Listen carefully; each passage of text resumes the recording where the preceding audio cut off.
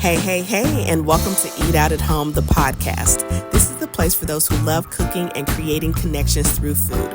I'm your host, Chef Evelyn, and on this podcast, I share with you my favorite tips and tricks for enjoying life one bite at a time. If you're ready for today's episode, sit back, relax, grab a snack, and let's dive in.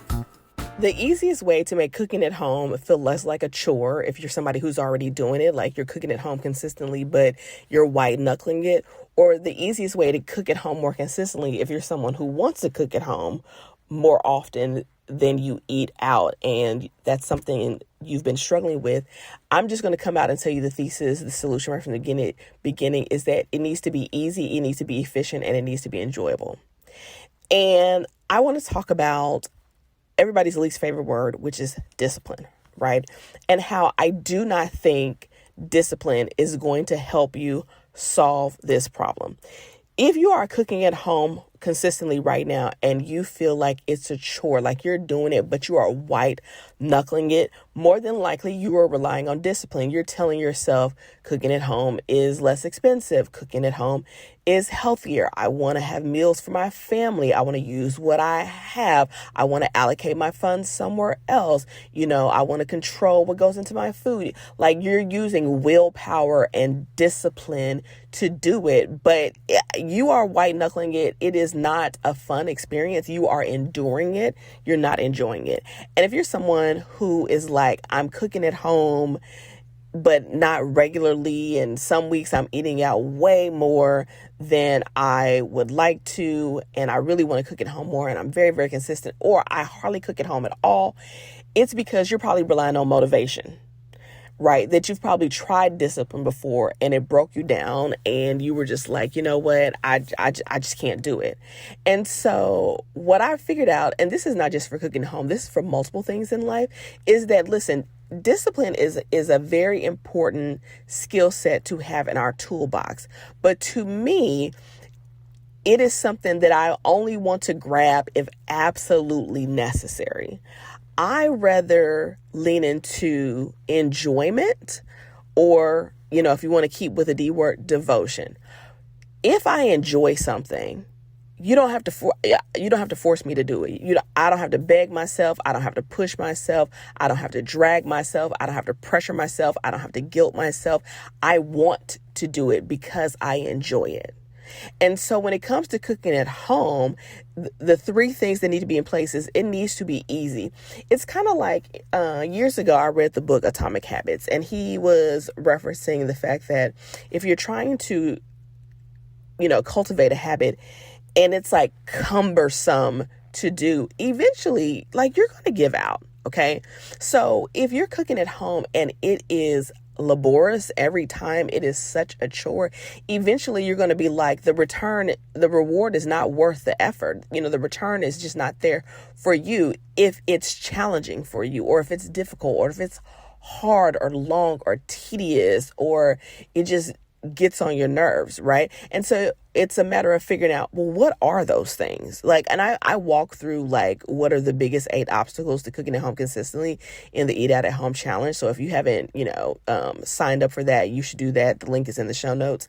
But you have to figure out for you specifically, because for every person is different on the reasons why they may find cooking at home to feel like a chore. They may not enjoy it, or they can't seem to stick to it. And the thing is, discipline is not going to. So number one, it needs to be easy. Number two, it needs to be efficient. Yes, are there times? But this is me. I'm a chef, right? Went to culinary school. I actually enjoy cooking, but even then, I went through a season where I was not cooking at home consistently. There are times where I don't want to spend all day in the kitchen. I'm hungry. I just want to feed myself, but I do want to cook at home for a myriad of reasons. And so it needs to be efficient.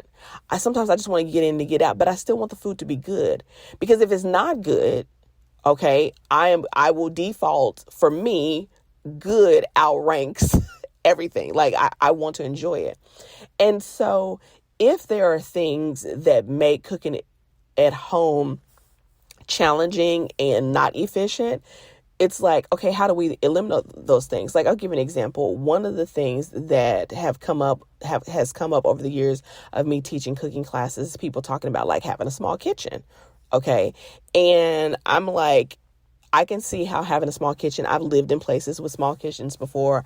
I've cooked professionally, actually, in places with very small kitchen. I even once cooked in a dressing room in a concert venue for Sheryl Crow and her 16-piece band with her personal chef, right? Like I was assisting him, and we had like 3 burners, and then and also I think she had 2 children at the time. This was many moons ago. And can you imagine 2 chefs cooking on portable burners for 18, 19 people in a dressing room? So I know that cooking in a small space can be challenging, but there are things you can do to make it less challenging, right? And so one of the bonuses that I have with my course, the Eat Out at Home course, is, okay, I call it Small Spaces, Big Flavor, because it's like, okay, we've got to remove these obstacles out of the way. You might be cooking for like a picky eater. You might be cooking for one, all these different things. And so it's like, if it's not efficient, then that's also not going to make it enjoyable. And so again, you are going to be trying to rely on discipline and motivation and force. And that's exuding a lot of energy. It's not fulfilling, right? And so again, it's like, it needs to be systematic. It needs to be low effort, low decision fatigue, low energy. Like, you just need to be able to go in there and get it done. Sometimes it's like you don't have the right tools for the right job. And I talk about that inside of the course. Like, sometimes the reason why people don't like to cook is because their prep takes all day. And that's because they don't know how to prep quickly, or they're trying to do prep every single day. And I'm not even talking about meal prep, because that's something I absolutely does not work for me. Meal prep, I've done podcast episodes about that, how meal prep doesn't work for me. But at the end of the day, the way to make cooking at home either feel less like a chore if you're already consistent, or for you to become consistent, is that it has to be enjoyable. It has to be easy. It has to be efficient. It has to be enjoyable. And I will say this, and I am not somebody that pretends to be like a healthy eating coach or anything like that. But if you are trying to alter your eating patterns, right? You're trying to eat differently. You're trying to eat in alignment with your goals, and you're also trying to cook at home consistently all at the same time. Like one of those is going to fall off, right? Because you're trying to change 2 major things. And a lot of times people feel like that in order to accomplish their goals, they have to suffer. That it has to be hard. It can't be enjoyable. It can't be easy. It can't be efficient. It's like, well, there is a way to do it. You just got to figure out what that way is for you.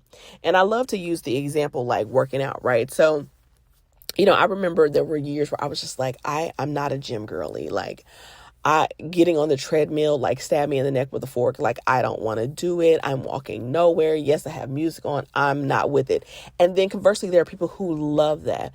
I realize I like to dance, and not just like a Zumba style. Nothing wrong with that. I'm talking about like ballet, jazz, West African, Horton, which is modern, like codified dance techniques taught by like previous professional dancers. Like, I love that. And I love boxing.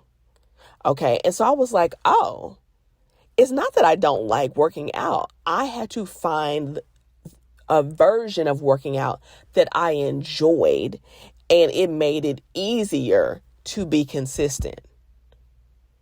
And so the same thing is when it comes to cooking at home consistently. You first have to figure out what you don't like about it, and what you could like, would like, do like about it, and figure out how to create a system that leans into what you like while also satisfying your goal.